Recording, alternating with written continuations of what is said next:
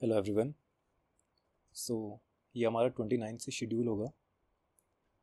जो भी live lectures होंगे वो 4 से 5 बजे के बीच होंगे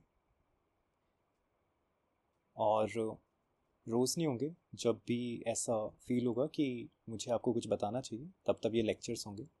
कुछ बेसिक कॉन्सेप्ट्स जो हैं वो रिकॉर्डेड क्लासेस के थ्रू आपको प्रोवाइड कर दिए जाएंगे ताकि आप उन्हें पढ़ लें। सारी चीज़ों का एग्ज़ाम में कोई काम नहीं है। जिन जिन चीज़ों का एग्ज़ाम में काम है वो सारी चीज़ें मैं आपको प्रोवाइड कर दूंगा। कैसे स्टार्ट करेंगे? डरखाइम से स्टार्ट करेंगे 29 जून को। डरखाइम में क्या, डिवीजन ऑफ लेबर और सोशल फैक्ट पढ़ेंगे। इनके आपको प्रॉपर नोट्स दे दूंगा मैं, प्लस पीवाईक्यूज कैसे लिखने हैं वो जो मैंने लिख रखे हैं वो भी मैं आपको सेंड कर दूंगा। तो आपको एक आइडिया हो जाएगा कि ओके इस तरह लिखना है। इन्हीं दो टॉपिक से जितने भी क्वेश्चन आए हैं नीचे, इन दोनों को लेकर, जैसे सोशल फैक्ट कैसे ऑब्जर्व करता है डरखाइम, प्रॉब्लम्स क्या है, व्यूज़ क्या है, वो सारी चीज़ें सॉल्व हो जाएंगी। दो क्रिटिसिज्म और उनका पूरी थ्योरी, उनकी डेफिनेशन कैसे लिखनी है, स्टार्ट कैसे करना है, वो सारा इसमें प्रोवाइडेड है पहले से। संडे को कोई क्लास नहीं होगी। और ये जो 29 जून वाली है वो मैं आपको रिकॉर्डेड दूंगा। उसके बाद से हम लोग लाइव सेशन लेना स्टार्ट करेंगे। ओके। 1 जुलाई को दोबारा से हम लोग डरखाइम पढ़ेंगे। डरखाइम में सुसाइड एंड रिलीजन। थिंकर्स को हम थोड़ा ज़्यादा टाइम देंगे क्योंकि थिंकर्स से बहुत ज़्यादा क्वेश्चन आए हैं। तो अगर उन्हें रेलिवेंट टाइम नहीं दिया तो ये पॉसिबल ही नहीं है कि हम लोग चीज़ें कवर कर पाएँ। ओके। इसके साथ PYQs के आंसर मैं आपको प्रोवाइड करूँगा। एंड ऑब्वियसली ये जितने इतने सारे PYQs हैं तो ये तो पॉसिबल ही नहीं है कि सबके आंसर प्रोवाइड किए जा सके। तो इन नोट्स से सबके आंसर लिखे जा सकते हैं। ठीक है। कुछ के मैं आपको आंसर्स प्रोवाइड कर दूंगा तो आपको समझ आ जाएगा कि आपको आंसर्स किस तरह लिखने हैं। इंट्रो कंक्लूजन सारा आपका रेडी है। बीच की बॉडी आपको उन्हीं नोट से लिखनी है तो आपको कोई प्रॉब्लम नहीं आएगी। जैसे ये है कार्ल मार्क्स और डरखाइम, इनके बीच कंपेयर करना है। एलियनेशन और एनोमी के बीच में कंपेयर करना है। ठीक है। मर्टन और डरखाइम के बीच में भी कंपेयर करना था, मर्टन और डरखाइम के बीच में। सो ये इस तरह के जो क्वेश्चंस है वो जब हम इन थिंकर्स को पढ़ लेंगे तो मैं आपको करा दूंगा। इनके रेडीमेड आंसर्स लिखे हुए हैं, आपको जाके कुछ नहीं करना है। वही अगर सेम तरह के क्वेश्चन आते हैं सेम आंसर्स लिख के आ जाना। बहुत अच्छे आंसर्स हैं, कहीं और से कुछ भी पढ़ने की ज़रूरत नहीं है। ओके। यही वाली प्रोसेस हम हर एक थिंकर में फॉलो करने वाले हैं, बट मैंने ये सारी चीज़ें डाली नहीं है आगे। 2 जुलाई से लेके 4 जुलाई तक हम लोग मार्क्स करेंगे। मार्क्स में सबसे ज़्यादा टाइम दिया है। क्यों? क्योंकि इसका हिस्टोरिकल मटेरियलिज्म है, उसमें आपको दो चार चीज़ें बतानी ज़रूरी है ताकि आप समझ पाए। फिर मोड ऑफ प्रोडक्शन है, ये भी काफ़ी लेंथी टॉपिक है, इसे भी हमें 1 घंटे के अंदर कंप्लीट करना है। प्लस आपको मुझे PYQ समझाने की कैसे लिखना है और वो प्रोवाइड भी करना है। तो इसीलिए इन दोनों को अलग से 1 दिन का टाइम दिया है। एलियनेशन, क्लास स्ट्रगल, फेटिसिज्म, इनके ऊपर प्रॉपर नोट्स तैयार है, आपको वो पढ़ने हैं। मैं आपको बता दूंगा उसमें वर्ड्स का क्या मतलब है और किस वजह से लिखा गया है, फेटिसिज्म है क्या। इंट्रो कंक्लूजन सारे तैयार हैं। ठीक है, सिर्फ उसे याद करके जाना है आपको। वन मोर थिंग, इन नोट्स का कोई फ़ायदा नहीं है अगर आप मेरी बातें नहीं सुनेंगे। ऑब्वियसली ये नोट्स मैंने बनाए हैं तो इसके पीछे कोई ना कोई बैकग्राउंड है, कुछ सोच के बनाया, कुछ समझ के बनाया। तो अगर सिंपली मैं नोट्स आपको दे दूंगा तो वो रद्दी है।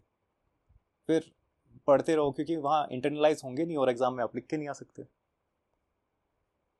नाउ 6 से 7 जुलाई को हम लोग मैक्स वेबर पढ़ने वाले हैं। सोशल एक्शन, आइडियल टाइप, इनके डायरेक्ट आंसर्स होते हैं। ठीक है, एक बार आपने इनके आंसर्स लिख लिए तो कोई प्रॉब्लम ही नहीं है। वरना ये ऐसा है ना, थोड़ा कॉम्प्लेक्स थ्योरीज है कि इसमें कहाँ से स्टार्ट करें कहाँ से ना। इसीलिए इसकी एक प्रॉपर इंट्रो आपके पास है, एक प्रॉपर कंक्लूजन आपके पास है, तो आप बॉडी आराम से लिख लेते हैं। वो सारी चीज़ें मैंने कर रखी है पहले से रेडी, बस आपको पढ़ना है। Again, bureaucracy, Protestant ethic and spirit of capitalism. अब देखो ये क्रैश कोर्स है, वरना मैं आपको बताता कि वेबर ब्यूरोक्रेसी के बारे में ही क्यों बात कर रहा है। जो मार्क्स है आपका, ठीक है, ये ऐसे मोड ऑफ प्रोडक्शन की बात क्यों कर रहा है, क्लास स्ट्रगल की बात क्यों कर रहा है। गरीब था, बहुत गरीब था, भूखा मर रहा था, एट लास्ट भी भूखा ही मरा है। इसके जो बच्चे हुए थे वो मर गए थे, भूख से मरे हैं वो भी। इसीलिए वो ऐसी बातें करता है। क्लास स्ट्रगल, फैटिसिज्म, कि सब लोग कमोडिटी के पीछे पड़े हुए हैं। ठीक है, इंसान की वैल्यू ही नहीं है, कमोडिटी की ज़्यादा वैल्यू है। And so on. एलियनेशन की बात करता है, क्योंकि मार्क्स ने खुद फील किया है। वेबर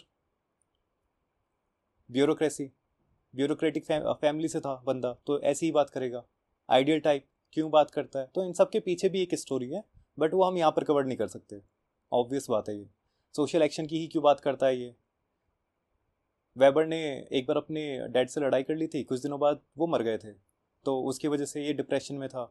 उसके बाद इसने कौन सी बुक लिखी, उसके बाद इसकी कौन सी थ्योरी आई, तो वो रिलेट करना आसान हो जाता है जब ये सारी चीज़ें पढ़ते हैं। बट अभी क्रैश कोर्स में आपको सिर्फ और सिर्फ इनके इंट्रो क्या लिखना है, इनका कंक्लूजन क्या लिखना है, इनके थोड़ा सा बैकग्राउंड बता के आप ये चीज़ें समझ जाओगे और वहाँ लिख के आ सकते हो एग्जाम में।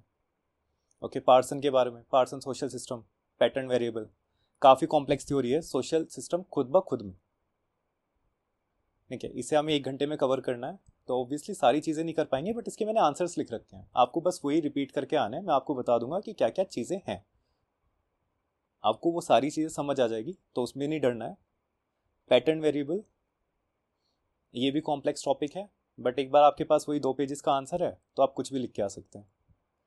मर्टन की थ्योरी, अब इसे किंग भी कहते थे, वो कैसे कहते थे इसकी अलग एक स्टोरी है, इसीलिए इसने लेटेंट एंड मैनिफेस्ट फंक्शन लिखा।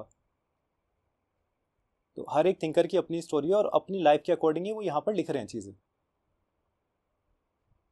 ओके, डिवियंस किसे कहते हैं, कन्फॉर्मिटी, ये कौन सी थ्योरी है, इन सब के ऊपर भी नोट्स रेडी है, वो आपको मिल जाएंगे।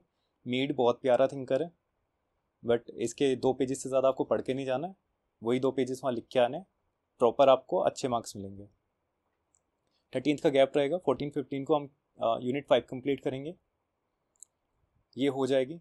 अब देखो यूनिट 5 से लेके लास्ट तक ना, इनमें अब ज़्यादा कुछ समझने का नहीं है कि हाँ बहुत ज़्यादा समझना है, पॉलिटिकल थ्योरी है तो उसमें थोड़ा समझना होगा यूनिट 7 में, वरना जैसे यूनिट 10 है उसमें भी डायरेक्ट डायरेक्ट नोट्स से आपको सारी चीज़ें समझ आ जाएगी। प्रॉब्लम होती है वो नोट्स गैदर करने में कि वो बनाए कहाँ से, किस तरह से जो क्वेश्चन में पूछा गया उसकी डिमांड पूरी हो सके, तो वो सारी चीज़ें मैंने कर रखी है। आपको सिर्फ और सिर्फ एक बार उसे पढ़ना है, मैं आपको समझा दूंगा, एक बार उसकी रीड मार लेना, आपको सारी चीज़ें समझ आ जाएगी कि ओके इस तरह लिखना है, उससे ज़्यादा करने की कोई भी ज़रूरत नहीं है। ठीक है, यूनिट 1 में हम लोग सोशियोलॉजी और कॉमन सेंस के ऊपर मैं आपको आंसर दे चुका हूँ। स्कोप ऑफ सब्जेक्ट और कंपैरिजन के ऊपर पार्शियली मैंने आपको आंसर दे दिया है, ओरिजिन ऑफ सोशियोलॉजी के ऊपर भी पार्शियली मैंने आपको आंसर दे दिया है। ठीक है, ये हम लोग दोबारा से रिवाइज करेंगे एक बार 19 तारीख को, तो ये पूरा हो जाएगा टॉपिक। यूनिट 2 में सोशियोलॉजी साइंस है या नहीं है ये मैं आपको बता चुका हूँ, पॉजिटिविज्म क्या है, उसके क्रिटिसिज्म क्या है, ये सारी चीज़ें भी हम लोग बात कर चुके हैं। मेजर थ्योरेटिकल स्ट्रैंड कौन कौन से हैं वो मैंने बताया था आपको, एक माइक्रो और मैक्रो में बटी हुई है, वो वीडियो में सेंड कर चुका हूँ ग्रुप में। उसके बाद हमने देखा था कि इस तरफ पॉजिटिविस्ट आते हैं, एक तरफ एंटी पॉजिटिविस्ट आते हैं, फिर बीच में वो गैप भर रहा है मैक्स वेबर। ठीक है, वही वाले डायग्राम की बात हो रही है। फिर एंटी पॉजिटिविस्ट की भी बात आती है नीचे, इसके बाद एक और टॉपिक है, तो वो भी हम कर चुके हैं।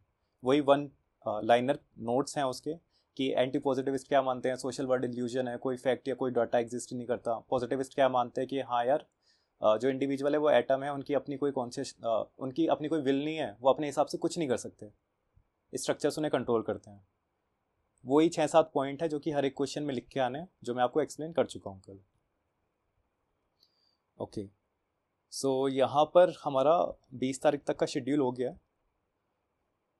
इसके बाद का शेड्यूल मैं इसके बाद सेंड करता हूँ।